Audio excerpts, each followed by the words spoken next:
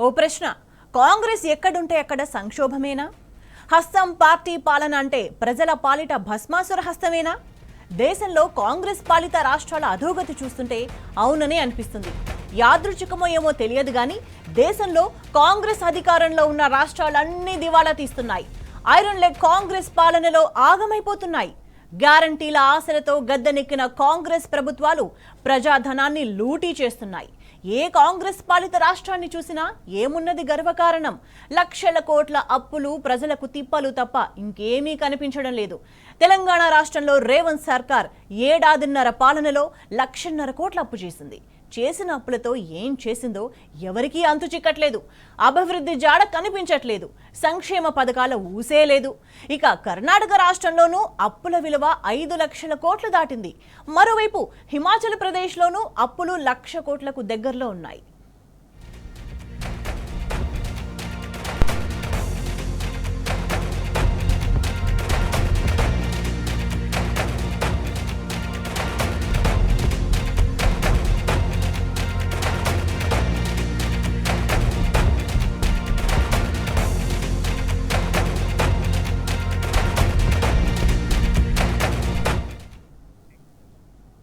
తెలంగాణ రాష్ట్ర ఆర్థిక పరిస్థితిని ఆగం చేసింది రేవంత్ సర్కార్.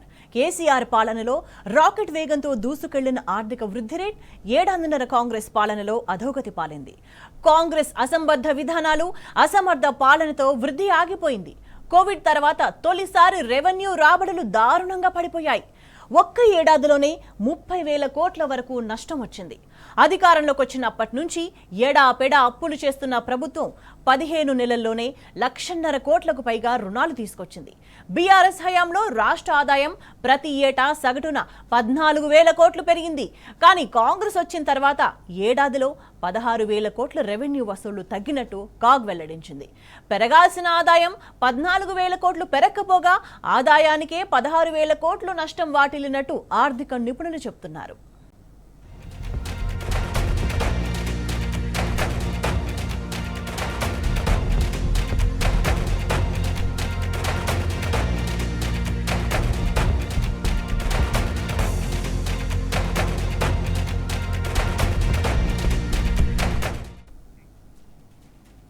ఏడాదిన్నర కాలంలోనే రేవంత్ సర్కార్ ఇప్పటికే దాదాపు 1,00,000 కోట్ల రూపాయలు అప్పు చేసింది. ప్రతిపక్షంలో ఉన్నప్పుడు అప్పు చేయడం ముప్పేనని శ్రీరంగ నీతులు చెప్పిండు రేవంత్ రెడ్డి. కానీ గద్దెనెక్కిన తర్వాత అప్పులు చేయడంలో రికార్డులు తిరగరాశాడు. రేవంత్ రెడ్డి ఏలుబడిలో తెలంగాణ రాష్ట్రం అప్పుల కుప్పగా మారుతుంది. రోజుకు సగటున 333 కోట్ల రూపాయల అప్పులు చేసి తెలంగాణ రాష్ట్రాన్ని రేవంత్ రెడ్డి దివాళా పదంలో దిగజారుస్తున్నాడు. పోనీ చేసిన అప్పులతో ఏమైనా ప్రజలకు మేలు చేస్తున్నాడా అంటే అదీ లేదు. ఒక్క క్యాపిటల్ ఎక్స్పెండిచర్ లేదు. సంక్షేమ పథకాలు అటకెక్కించారు. ఎన్నికల హామీలు తుంగలో తొక్కేశారు.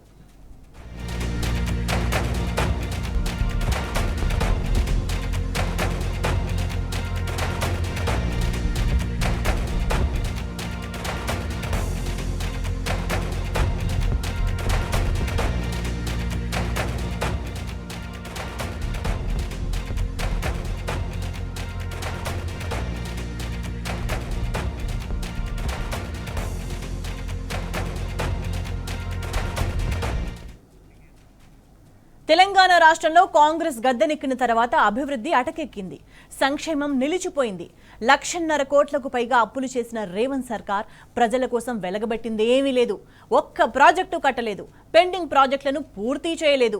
తెలంగాణ రాష్ట్రానికి అదనంగా ఆస్తులు సమకూర్చింది లేదు. కనీసం సంక్షేమ పథకాలు సక్రమంగా అమలు చేయడం లేదు.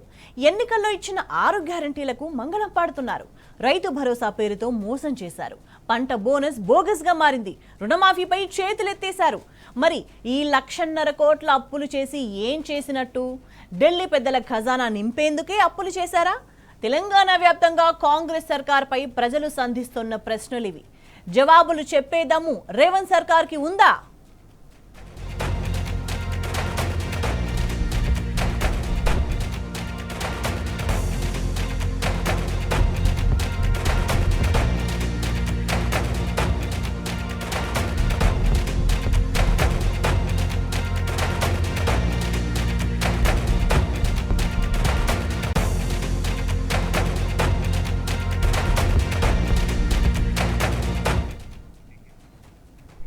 అలవిగాని హామీలు, గ్యారంటీల పేరుతో కుతంత్రాలు, అధికారమే టార్గెట్.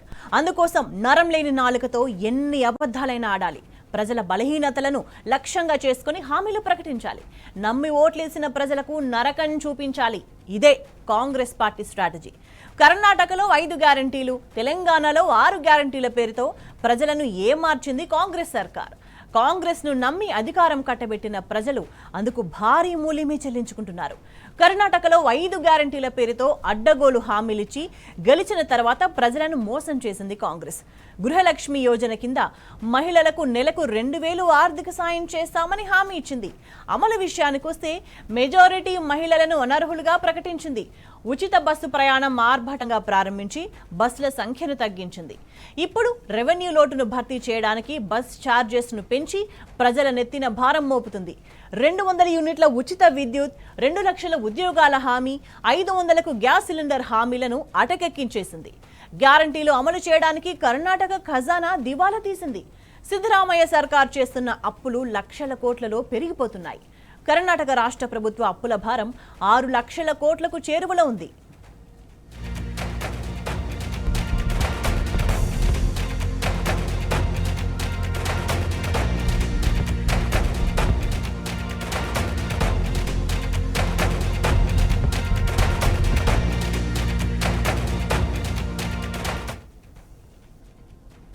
మరోవైపు హిమాచల్ ప్రదేశ్లోనూ కాంగ్రెస్ గద్దెనెక్కిన తర్వాత ఆర్థిక పరిస్థితి ఆగమైపోయింది. ప్రజలకు ఇచ్చిన హామీలను నెరవేర్చడంలో సుఖ్వీందర్ సర్కార్ ఘోరంగా విఫలమైంది. ఇప్పటికే హిమాచల్ ప్రదేశ్ రాష్ట్ర అప్పులు 1,00,000 కోట్లకు దగ్గరైనాయి. ఆదాయ మార్గాలు తగ్గిపోవడంతో ఏం చేయాలో అర్థం కాక అడ్డదారులకు కూడా అనుమతులిస్తుంది. ఇటీవలే హిమాచల్ ప్రదేశ్ ప్రభుత్వం గంజాయి సాగుకు అక్కడే కేబినెట్ ఆమోదం చెప్పడం దేశవ్యాప్తంగా దుమారం రేపింది. మరోవైపు రెవెన్యూ పెంచుకోవడానికి పాల రేట్లు పెంచింది. లీటర్ పాలపై ఏకంగా 6 రూపాయలు పెంచి సామాన్య ప్రజలపై భారం మోపుతుంది హిమాచల్ కాంగ్రెస్ సర్కార్. ఇవి చాలవు అన్నట్టు దేవాదాయ శాఖ ఆదాయాన్ని ఇతర ఖర్చుల కోసం వినియోగిస్తుంది. అందుకే హిమాచల్ ప్రదేశ్లో కాంగ్రెస్ సర్కార్ వైఫల్యంపై అక్కడి ప్రజలు మండిపడుతున్నారు.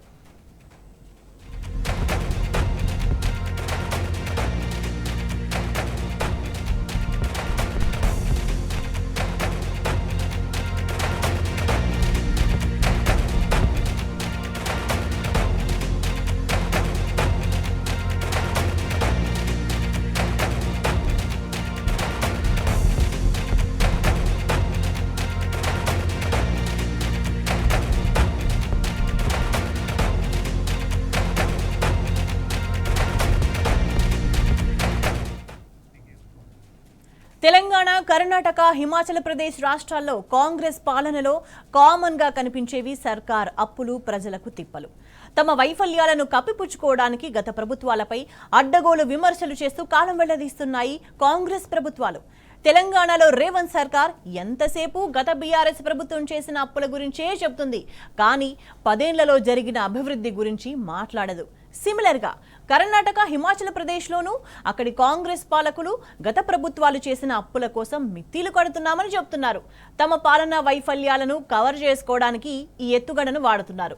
కానీ అబద్ధాలు చెప్పుకుంటూ ఎంతకాలం ప్రజలను ఏమారుస్తారు? తెలంగాణ రాష్ట్రమే ఇందుకు ప్రత్యక్ష నిదర్శనం. తెలంగాణలో కాంగ్రెస్ సర్కార్ అసలు రంగు ప్రజలకు తెలిసిపోయింది. రేవంత్ సర్కార్ మోసాన్ని ప్రజలు పసిగట్టి బ్యాలెట్ రివెంజ్ కోసం వెయిట్ చేస్తున్నారు.